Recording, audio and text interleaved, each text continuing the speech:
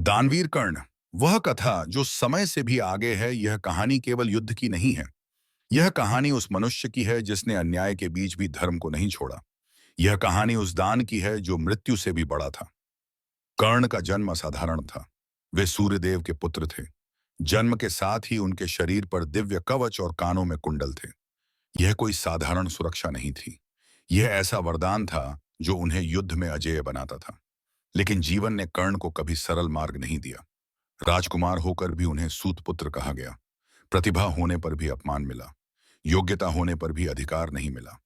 जिस समाज ने उन्हें ठुकराया, उसी समाज के लिए कर्ण ने अपना जीवन न्यौछावर किया। कर्ण प्रतिदिन दान करते थे।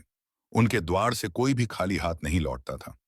भूखा हो या धनी, ज्ञानी हो या अज्ञानी, सौगम ज्ञानी, सबको सम्मान मिलता था। कर्ण का नियम था, सूर्यास्त से पहले जो मांगा जाए, नियम से तांजैम, वह दिया जाएगा। कुरुक्षेत्र का युद्ध निकट आ रहा था।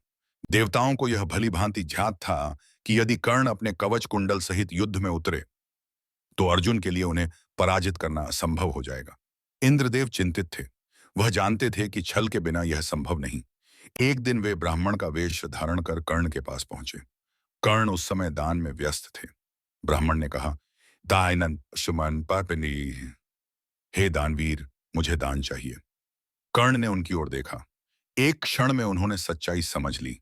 यह कोई साधारण याचक नहीं था। कर्ण जानते थे कि देवता क्या मांगने आए हैं। कवच, कुंडल, जिसे देने का अर्थ था अपने जीवन की सुरक्षा त्याग देना। एक पल के लिए भी कर्ण विचलित नहीं हुए।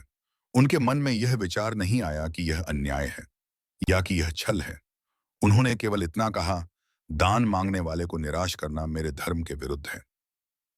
बाहरे नीष्टिरान है ना। कर्ण ने अपने शरीर से कवच उतारना शुरू किया।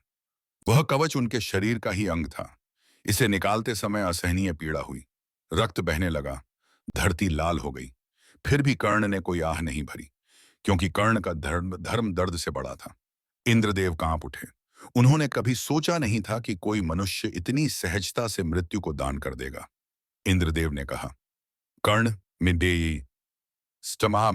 मैं देवता हूं। मुझसे जो चाहे मांगो।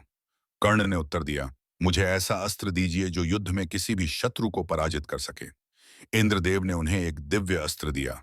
ऐसा अस्त्र जो कभी व्यर्थ नहीं जाता, परंतु वह केवल एक बार प्रयोग किया जा सकता था। कर्ण ने उसे स्वीकार किया। उन्होंने यह जानते हुए भी कि वह अस्त्र अर्जुन के लिए था, इस शासकीय ने सुरक्षित रखा। बाद में युद्ध में जब घटोत्कच ने असंख्य योद्धाओं को भयभीत कर दिया, कर्ण ने वही अस्त्र प्रयोग किया, क्योंकि कर्ण युद्ध जीतने से पहले धर्म निभाना चाहते थे। युद्ध के अंतिम दिनों में कर्ण बिना कवच के मैदान में उतरे। उनका रथ भूमि में धंस गया। परिस्थितियां उनके विरुद्ध थीं। फिर भी कर्ण ने न तो भीख मांगी, न नियम तोड़े, न भय दिखाया। उन्होंने केवल अपने कर्म स्वीकार किए। कर्ण युद्ध हार गए, पर आत्मा की परीक्षा में वे अमर हो गए। आज भी जब कर्ण का नाम लिया जाता है, उसी के पगे भी ही नहीं, उसके में ये शायद उन्हें पराजित योद्धा नहीं कहा जाता, उन्हें दानवीर कहा जाता है।